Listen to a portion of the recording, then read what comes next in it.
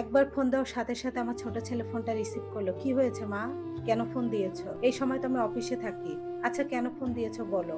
ওর কণ্ঠটা শুনে আমি যেন নিজের কান্নাটা ধরে রাখতে পারলাম না। কান্না করে দিয়ে বললাম, বাবা তোর বাবা আমাকে তো তালাক দিয়েছে। বলে কি সকাল হওয়ার আগেই বাড়ি ছেড়ে চলে যেতে। আমি কোথায় যাব? তোর বাবা আরেকটা বলে বিয়ে করেছে। তোর বাবাকে একটু বুঝাবি? তোরা ছাড়া আমার কে আছে? তোর পাশে একটু আশ্রয় দিবি বাবা। আমার ছোট ছেলে বিরক্ত নেই বলল। তোমাদের এই নাটক দেখতে দেখতে জন্মের পর থেকে বিতৃষ্ণা এসে গেছে মা আমার। এই নাটক আমার আর ভালো লাগে না। আমি একা ইনকাম করে আমার স্ত্রীকে আমি পালি। আমার স্ত্রীটা গর্ভবতী।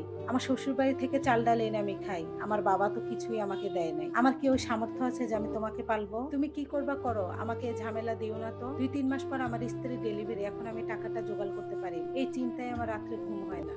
আর তোমাদের এইদিকে আরেকটা ঝামেলা। এই বলে আমার ছেলে ফোনটা কেটে দিল। চোখ আমার বারণ না শুনে শুধু চোখ দিয়ে পানি বেয়ে পড়তেই আছে। সোহাগ আমার কান্না দেখে বলল, চাচি আমার যদি সামর্থ্য থাকতো আপনি কয়টা চালের ভাত খাবেন, আমি আপনাকে পালতাম। আমি তো রিক্সা চালিয়ে খাই। আমার বাপ মা সবাই আমার উপরে। আমাদের তো জায়গা জমিও নাই। আপনার ছেলেরা যে কেমন মাকে বোঝা মনে করে। সোহাগের কথা শুনে আমার চোখের পানি আরো পড়তেছিল। আমি তখন বললাম, না বাবা, ওদের কি দোষ? ওদের তো বেশি লেখাপড়া করাতে পারিনি। আমি তো ওদের কিছু দিতেও পারিনি। ওরা নিজেই ইনকাম করে খায়। থাক বাবা, ওদের বউ বাচ্চা নিয়ে ওরা ভালো থাক। সোহাগকে বললাম, ওরা যদি কেউ ফোন দেয় বললো চাচি বাড়িতে নাই, আর যেন তোমাকে ফোন দিয়ে ডিস্টার্ব না করে। সোহাগদের বাড়ি থেকে আমাদের বাড়িতে চলে আসলাম। আমার নিজে হাতে সাজানো সংসার 28 বছরের, আজ আমাকে ছেড়ে যেতে হবে। এটা ভাবতেই শরীরটা কেন জানি শিংড়িয়ে উঠতেছে। ছোট্ট একটা ছাপড়া ঘরে ছিলাম, নিজে ঘর দিয়েছি, 3টা রুম পাকা করা, কত না কষ্ট করেছি। অথচ এই সংসার নাকি আমারই না। এখন আমাকে এই সংসার ছেড়ে চলে যেতে হবে। ওই রাত সারা রাত ঘুমাতে পারিনি। যৌবন বয়সে এই বাড়ির বউ হয়ে এসেছিলাম। মাকে যতবার বলেছি আমার স্বামীর অত্যাচারের কথা, আমার মা বাবা শুধু একটা কথাই বলেছে, মানিয়ে নাও, ঠিক হয়ে যাবে। আমিও মানিয়ে নিতে নিতে এখন শেষ বয়সে স্বামীর সংসার ছাড়তে হচ্ছে আমার 3-4টা শাড়ি কাপড় বাজারে ব্যাগে ঢুকিয়ে ফজরের নামাজটা আদায় করে ওই বাড়ি থেকে চলে আসি। আমার এত বছরের সাজানো গোছানো সংসার। যখন বাড়ি থেকে বের হচ্ছিলাম শরীরটা আমার থরথর করে কাঁপছিল। মনে হচ্ছিল এই বাড়ি থেকে যদি আমার সাদা কাপড় পরা কফিনটা বের হতো তবু আমার এত কষ্ট লাগতো না। ভাইয়ের বাড়িতে যে উঠলাম, আমার স্বামী একটাবারও জানতে চাইলো না আমি কোথায় যাব। ভাইকে যে সবটা খুলে বললাম। ভাই শুধু চোখের পানি মুছতে মুছতে বলল, বাবা মা যখন ছিল সব নিজের হাতেই ছিল। বাবা তো সরকারি চাকরি করতো, টাকা পয়সা কোনো কিছু অভাব ছিল না। ওনার চাইলে পারতো তোকে নতুন করে বাঁচার জন্য সুযোগ দিতে, কিন্তু ওনারা দেয়নি। এখন তো আমরা ভাইয়েরা যার যার মতো আলাদা হয়েছি। আমি ছেলেদের ইনকাম খাই, ওদের ইনকামই আমার দোকান। আমার তো নিজের কোনো ইনকাম নাই, জানিসই তো। আমি তোকে কিভাবে আমার কাছে রাখবো? আমার ভাইয়ের প্রতি আমার কোনো অভিযোগ ছিল না। তখন আমার মেজো ছেলের কথাটা আমার মনে পড়ে গেল। তোমার এত বয়স হয়নি, বাসা বাড়িতে থাকতেও পারবা, খেতেও পারবা, আবার বেতনও পাবা। ওর কথাটা বারবার মাথার ভিতর ঘুরতেছিল। আমাদের গ্রামের অনেকেই আমার ভাই বলেছিল বাসা বাড়িতে ঢাকায় কাজ করে, ওখানে থাকে ওখানেই খায়। আমার ভাইকে বললাম, ভাই তুমি না বলেছিলে লুৎফা নাকি বাসা বাড়িতে কাজ করে ঢাকায়, তাহলে ওরা কি আমাকে একটা বাসা বাড়িতে কাজ দিতে পারবে? ভাই মাথাটা নিচু করে বললো, আমি জানি না, তুই খোঁজ নিয়ে দেখ। ভাইয়ের ওখানে সকালের খাবারটা খেয়ে গলাতে নামতেছিল না। পাড়ায় পাড়ায় ঘুরলাম, এর ওর বাড়ি, তারপর লুৎফাদের বাড়িতে গেলাম। যে আমার ওই গ্রাম প্রতিবেশী চাস্তো বোনেদের বাড়িতে সবার সাথে কথাবার্তা বলে লুৎফার সাথে কথা বললাম। তুই যেখানে কাজ করিস আমাকে একটা কাজ নিয়ে দিতে পারবি? লুৎফা তখন বলে, আপা এখন তুমি কাজ করবা, তোমার স্বামী তো ভালো টাকা পয়সা আছে। তখন লুৎফাকেও সবকিছু খুলে বললাম। লুৎফা আমার কথা শুনে বলে, এত বছরের সংসার, এখন কি তোমার মানুষের বাড়িতে কাজ করা বয়স আছে? অন্যের বাসায় কাজ করা অনেক কষ্ট আপা, আমাদের কম বয়স তাই আমরা পারি না, অনেক কষ্ট হয়ে যায়। এখন পেটের দায়ে পড়ে থাকি, কি করব বলো? আমি তখন বলি, একটা কাজ হলেই হবে, আমাকে বেতন দিতে হবে না, শুধু আমাকে 3 বেলা ভাত, একটা থাকার স্থান দিলেই হবে, আর আমার কিচ্ছু চাই না। লুৎফা তখন বলে, আমার পরিচিত এক ম্যাডামের বাসায় কাজের বুয়া চলে গিয়েছে গুলশানে, ওখানে তুমি কাজ করলে তাহলে কালকেই আসো। লুৎফার কথা মতো পরের দিন ভাইয়ের কাছ থেকে 500 টাকা নিয়ে জামালপুর থেকে আমি ঢাকায় আসি। ঢাকায় আমি আমার জীবনে কখনো আসিনি, শুধু শুনেছি ঢাকা আছে।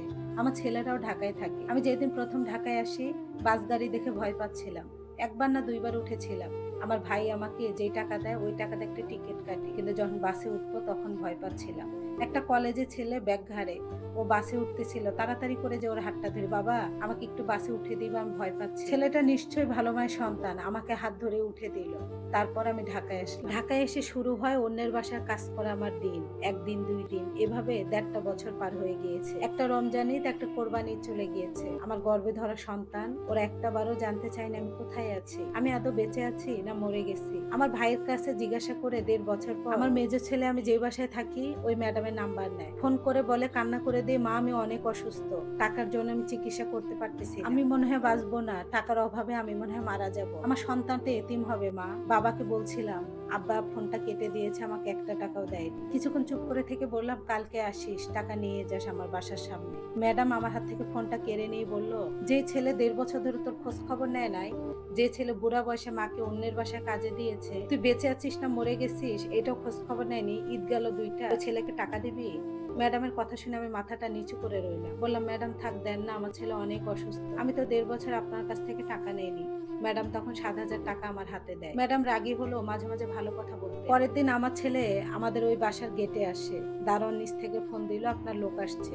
দৌড় দিয়ে গেলাম। 1.5 বছর পর আমার ছেলেকে আমি দেখতে পাই। ইচ্ছে করতেছিল জড়িয়ে ধরে বলতে, বাবা আমাকে এখান থেকে নিয়ে যা। আমার ছেলে একটাবারও জিজ্ঞাসা করেনি আমি কেমন আছি।